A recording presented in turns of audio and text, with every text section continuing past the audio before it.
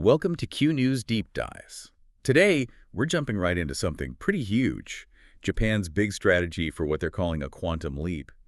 And this isn't just about slightly faster computers. No, not at all. We're talking about a plan to fundamentally reshape their economy, aiming for this knowledge-intensive society. It's quite ambitious. And there's a real sense of urgency behind it, isn't there? You look around and the global competition is just massive. Absolutely. It's heating up incredibly fast. You've got the US, Europe, China. Everyone sees quantum tech now as, well, critical infrastructure and a security matter, frankly. Yeah. Remember back in, was it October 2019, Google announced quantum supremacy. Right. That was a real wake-up call. It basically signaled, hey, this isn't just theoretical anymore.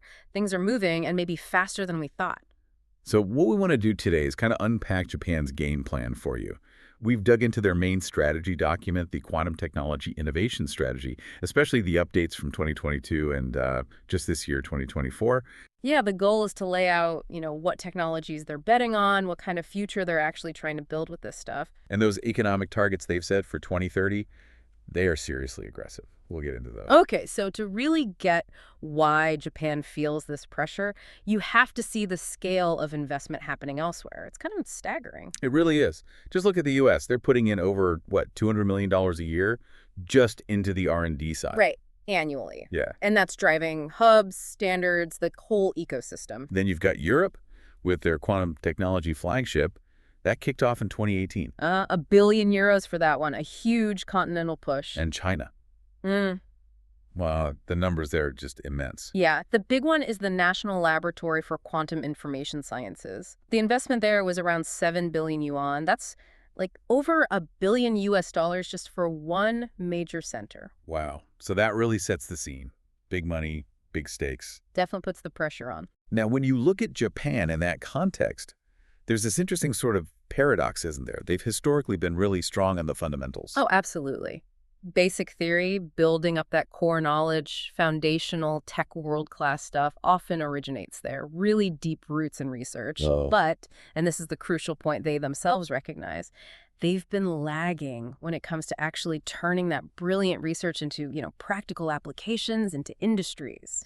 System integration, commercialization, that's the bottleneck. So great in the lab, but slower to market, basically. Exactly. They see that gap. And that's precisely why this whole national strategy exists. It's an attempt to create a unified, long-term, we're talking 10, 20 years out roadmap. To bridge that gap. Yeah, to deliberately force the integration of the R&D pipeline directly with industrial needs and, frankly, innovation goals that are market-driven. Okay, so that's the why of the strategy. Let's talk about the vision itself. What does this quantum future society actually look like in their plans? It's meant to go beyond their current Society 5.0 idea, right? It is. Society 5.0 was very data-driven. This is about leveraging quantum phenomena itself across the board, and they've broken it down into 3 main pillars, which actually helps make it a bit more concrete. Good. Let's hear them. What's the first one? Pillar 1 is about realizing a productivity revolution. This is where the quantum computing and simulation part really comes in. Okay. Think ultra-high-speed calculations, massive parallel processing, tackling problems that even today's biggest supercomputers just choke on, mathematically intractable stuff. Like what kind of problems? Complex optimization, for instance, finding the absolute best route for thousands of delivery trucks, or designing new financial models, optimizing manufacturing processes, even discovering new drug candidates much faster. The goal is creating completely new value, fundamentally changing efficiency. Right, solving problems that are just too complex now. Okay, pillar 2. Pillar 2 focuses on realizing a healthy and long-lived society. This leans heavily on the other major branch of quantum tech, quantum sensing. Ultra-high sensitivity, incredible resolution. So this is the medical angle, which is huge for Japan given their demographics. Exactly. Think revolutionary breakthroughs. High-precision sensors for catching diseases much, much earlier than we can now. They group this under the banner of quantum life technology. Quantum life technology. Yeah. What does that mean in practice? Well, imagine using these sensors to observe, say, exactly how a complex protein folds in real time at the molecular level, or analyzing biological processes with a clarity we just don't have.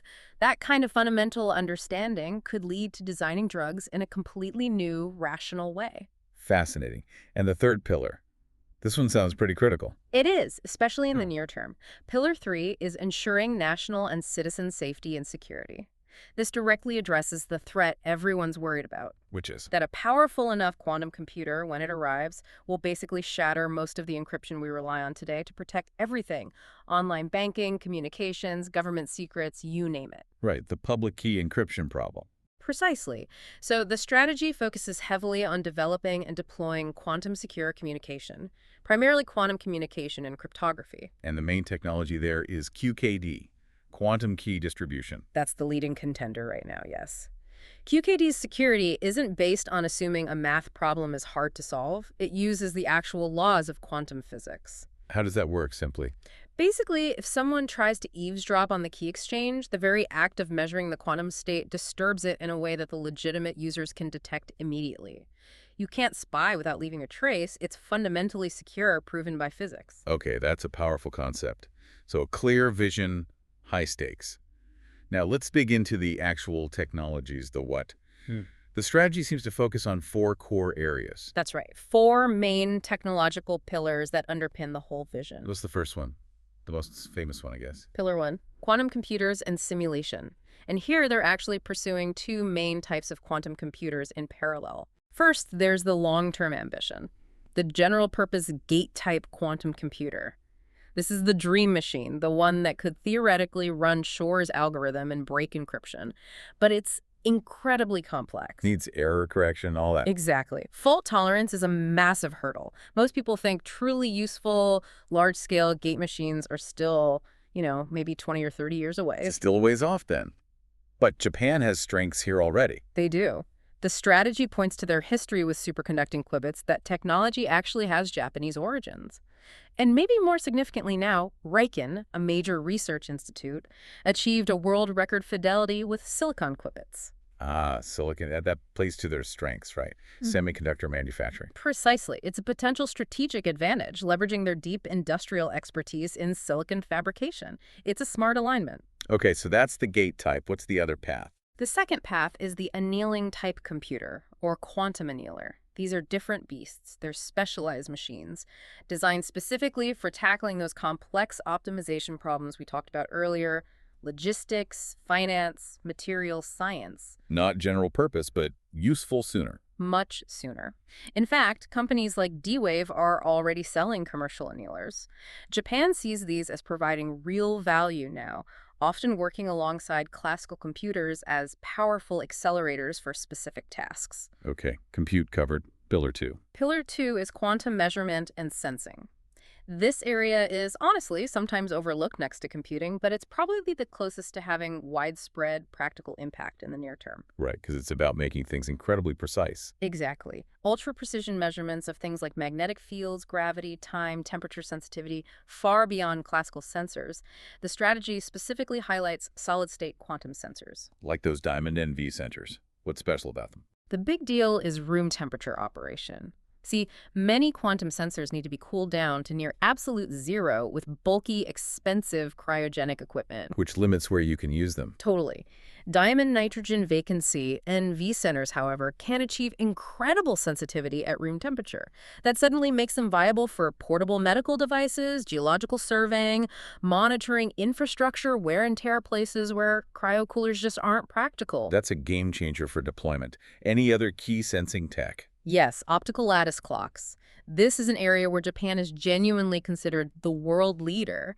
They've achieved accuracy down to the 18th decimal place, which is just mind-boggling. 18 digits. What do you even use that for? Next-generation GPS, synchronizing financial networks, fundamental physics research, potentially even detecting tiny gravitational shifts. Ultra-precise timekeeping underpins a lot of modern tech. Got it. Moving on to Pillar 3, quantum communication and cryptography. We touched on this. It's about security. Right, driven by that looming threat from quantum computers to current encryption standards. And QKD is the main defense they're developing. It's a major focus, yes. Japan has been a leader here for a while, particularly in pushing the speed and distance limits for QKD systems. Think Toshiba, NEC, and the National Institute of Information and Communications Technology, NICT. They run the Tokyo QKD network. A real-world testbed. Exactly. It's one of the longest-running operational QKD networks anywhere, proving the technology works in a realistic environment. They're pushing for practical, reliable systems. And looking further ahead in security. The longer-term goal is building the components for a true quantum internet. That requires things like quantum repeaters and reliable quantum memory to extend secure communication over much larger distances, globally even. Still very much R&D phase, though. Okay, so compute, sensing, security. Yeah. What's the foundation holding it all together? That's pillar 4, and it's crucial. Quantum materials. You can't build any of these quantum devices, computers, sensors, communication links without the right underlying materials. This area was maybe a bit less emphasized initially, but it's getting serious focus now. Why the increased focus? Because, again, it plays to a core Japanese strength. Advanced materials, science, and manufacturing. They have a history of excellence here. The strategy highlights things like topological quantum materials and spintronics. And these are 4. They're essential building blocks for next-generation quantum devices, qubits that are more stable, sensors that are more sensitive, components that are more energy efficient. By mastering these materials, Japan aims to maintain an edge in critical industries, like specialized semiconductors, potentially controlling key choke points in future supply chains. Makes sense. Control the materials, control the foundation. Okay, we have the vision, we have the core technologies. Now, the really tricky part, how do they actually plan to implement this and bridge that gap between lab research and industrial success? Right, the execution. And the core idea here, maybe the most distinguishing part of Japan's strategy, is that they're not going for a quantum-only future, at least not yet. Right. It's explicitly a hybrid and integrated approach. Meaning quantum working with classical computing. Exactly. Since those big, fault-tolerant quantum computers are still far off, the strategy prioritizes developing systems that integrate quantum capabilities, or even just quantum ideas, with existing classical computers to get practical results now. And this is where that quantum-inspired technology comes in. Precisely. This is a really interesting and arguably unique Japanese focus. Think of companies like Fujitsu with their digital annealer, or Hitachi and Toshiba with their CMOS annealing machines. So these aren't technically quantum computers. Not in the strict sense of using qubits and superposition. They are highly specialized classical hardware, but they use algorithms and architectures inspired by quantum annealing principles to solve those tough optimization problems extremely quickly. So getting some of the benefits today without needing the full quantum hardware. Exactly. It provides immediate value to industries tackling real-world logistics, finance, and materials problems right now. It's a very pragmatic path to early adoption and ROI. Clever. Are there specific areas where they see this hybrid approach being most impactful? Yes, they've identified high-priority quantum fusion innovation areas, places where quantum meets other critical fields. Such as? First, quantum AI technology. Combining the pattern recognition strengths of AI with the potential computational power of quantum or quantum-inspired systems. A key target here is materials informatics using this hybrid computation to simulate, predict, and discover novel materials way faster than trial and error. Makes sense. And the second fusion area? That's quantum life technology, which we mentioned, fusing quantum sensing breakthroughs with deep life science expertise. This includes developing things like ultrapolarization, MRI and MR for vastly better medical imaging, and those bio-nano quantum sensors to probe biological functions at an unprecedented level.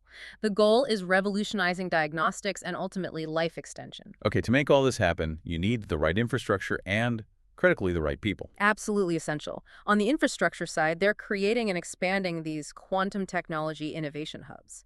There were initially 5, now it's up to 10, with Riken acting as the central coordinating hub. And these aren't just domestic centers.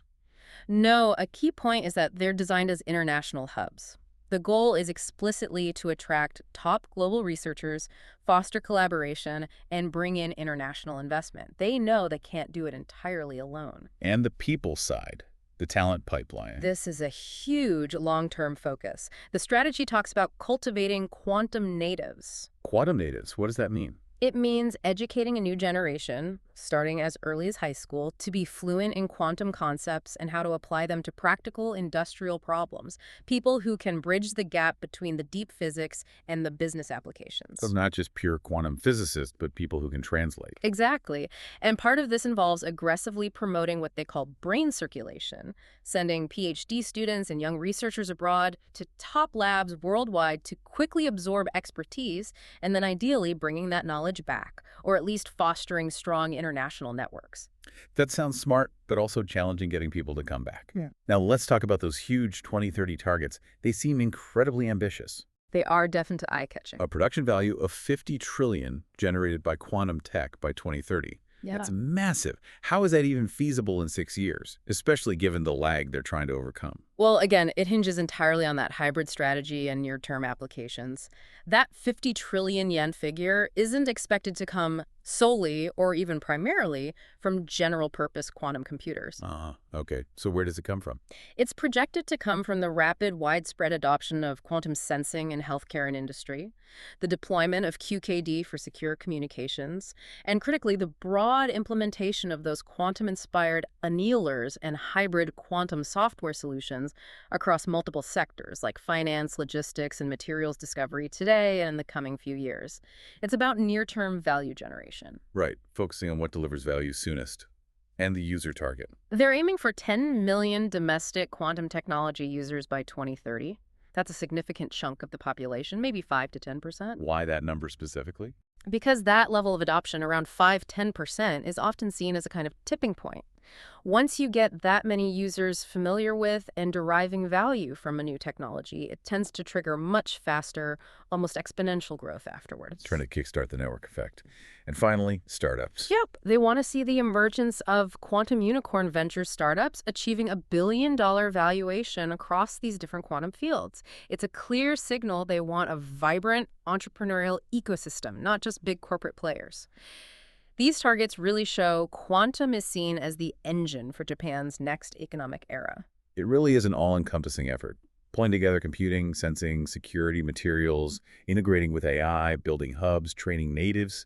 It's a huge national project. It absolutely is. And interestingly, as the strategy has evolved, especially in the latest 2024 update, a new emphasis has become really prominent: globalization. There seems to be a growing recognition that, given how specialized and globally distributed quantum expertise is, Japan can't afford to pursue this in isolation. They risk falling behind or getting locked out of crucial supply chains if they only look inwards. So they need to engage more internationally. Exactly, but it's a careful balancing act. On one hand, it means more strategic cooperation, particularly with like-minded nations, the U.S., partners in the EU, sharing R&D where it makes sense, working together on standards, securing supply chains for essential components. But on the other hand, They still need to develop their own unique, indispensable core technologies, those advanced materials, specific qubit modalities, perhaps proprietary software things where they can lead and maintain leverage.